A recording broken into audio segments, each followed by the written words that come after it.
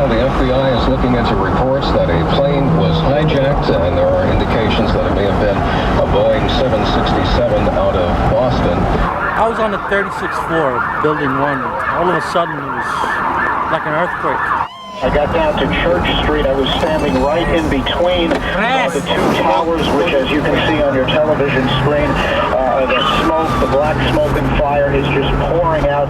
I spoke to a number of people on the way. People are in absolute panic. They were running away from the building. They were screaming. I just saw a second plane come in from the south and hit the south tower, halfway between the bottom and the top of the tower. It's got to be a terrorist attack. I can't tell you anything more than that. I saw the plane hit the building. 2 airplanes crashed into both 110-story towers of New York's World Trade Center after reportedly being hijacked.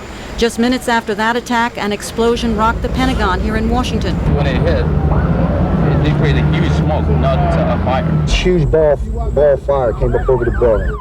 Many federal government buildings in Washington have been evacuated, and traffic in the city is gridlocked with people fleeing in droves. A hijacked plane crashed in Pennsylvania this morning, not far from the West Virginia border. There were 5 crew members, 2 pilots, and there were about 38 people on the airplane. The tower is down completely, according to our producer. The side of the tower has come down onto the street.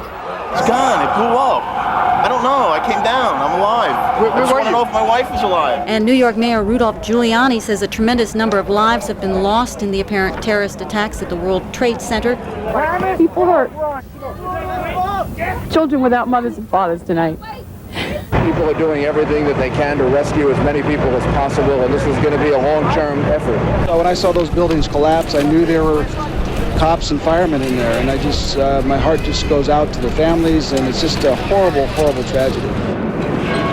The resolve of our great nation is being tested. Make no mistake. We will show the world that we will pass this test. God bless.